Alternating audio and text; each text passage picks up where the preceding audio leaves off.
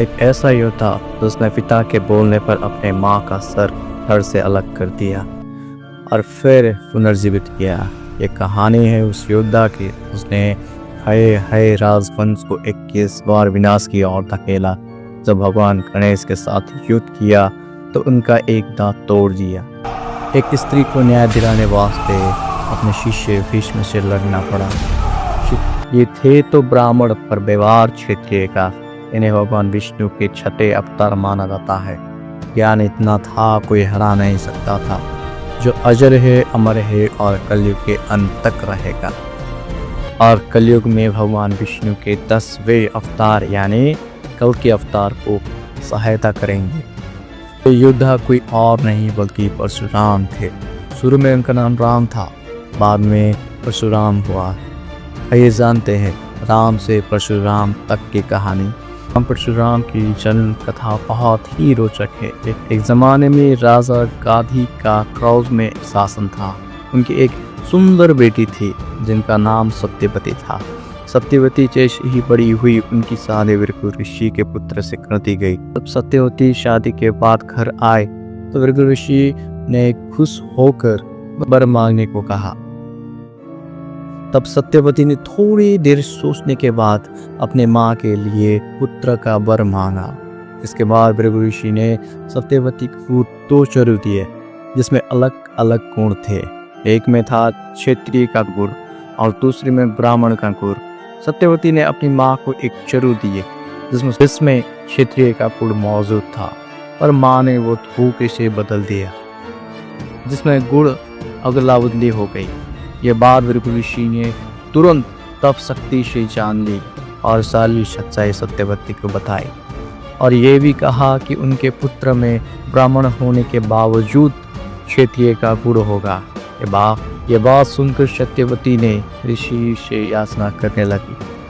तब ऋषि को दया आई और उन्हें वरदान दिया। तब जन्मे जमदग्नि। जमदग्नि का विवाह रेणुका से हुआ और उनके 5 पुत्र थे जिसमें सबसे छोटे थे परशुराम। उसके बाद जैसे ही परशुराम बड़े हुए जमदग्नि ने परशुराम को हिमालय जाकर भगवान शिव की तपस्या करने को कहा। तब उन्होंने भगवान शिव की घोर तपस्या कर परशु अस्त्र प्राप्त किया। तभी से ही राम का नाम परशुराम हुआ। तब से परशुराम आधे ऋषि और आधे क्षत्रिय कहलाए। एक समय परशुराम भगवान शिव को मिलने के लिए कैलाश गए, पर उस वक्त भगवान शिव ध्यान में लीन थे, इसलिए भगवान गणेश ने परशुराम को अंदर जाने नहीं दिया। इस बात पर गणेश और परशुराम बीच बहुत भयंकर युद्ध हुआ। युद्ध में गणेश जी का एक दांत टूट गई। अभी से भगवान गणेश बन गए एक दंत और उसी टूटे दांत से उन्होंने महाभारत लिखे ऐसा माना जाता है। यहाँ तक कहा जाता है कि उन्होंने पिता के आदेश पाने के बाद अपने माता का सर काट दिया। एक दिन माता रेणुका स्नान करने गई और जब स्नान करके घर लौटी तो उस वक्त उन्होंने चित्ररथ को जल विहार करते देखा। तब उनका मन थोड़ा विचलित होने लगा। जब रेणुका आश्रम आई तो जमदग्नि ने योग शक्ति से सब कुछ जान लिया। तब उन्होंने 4 बड़े पुत्रों से कहा अपनी अपराधन माता का सर काट दो, लेकिन उनमें इतना हिम्मत नहीं था।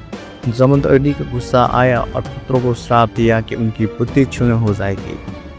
तीसरा, उनकी अपनी लंबी आयु हो और कभी भी उनके युद्ध में हार ना हो। यही तीसरे वरदान से हुए अजर अमर और कभी ना हारने वाले परशुराम। लेकिन एक कामधेनु गाय माता और पिता का मौत का कारण बनी।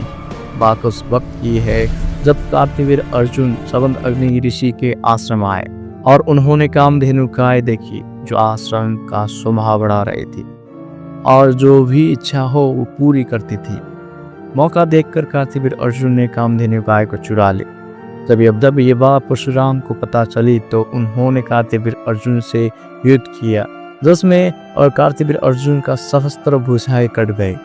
इस बात का बदला लेने के लिए कार्तवीर अर्जुन के पुत्र ने जब परशुराम घर में नहीं थे तो उनकी माता और पिता का दोनों का हत्या कर दिया। जब परशुराम को ये पता चला तो उन्होंने एक या दो बार नहीं बल्कि 21 बार है राजवंश का विनाश किया। कहा जाता है कि परशुराम है राजवंश का लहू से 5 सरोवर भर दिया था। परशुराम की कहानी यहाँ तक सीमित नहीं है। वो महाभारत काल के द्रोणाचार्य, भीष्म और कर्ण के गुरु थे।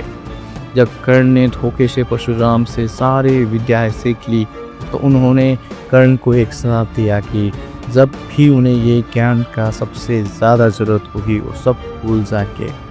तभी तो महाभारत युद्ध में कर्ण का वध असंभव हो पाया, वरना उनकी मौत एक कल्पना थी। अगर आप नए हैं तो सब्सक्राइब करें और हमारे सदस्य बने। मिलते हैं अगले वीडियो में।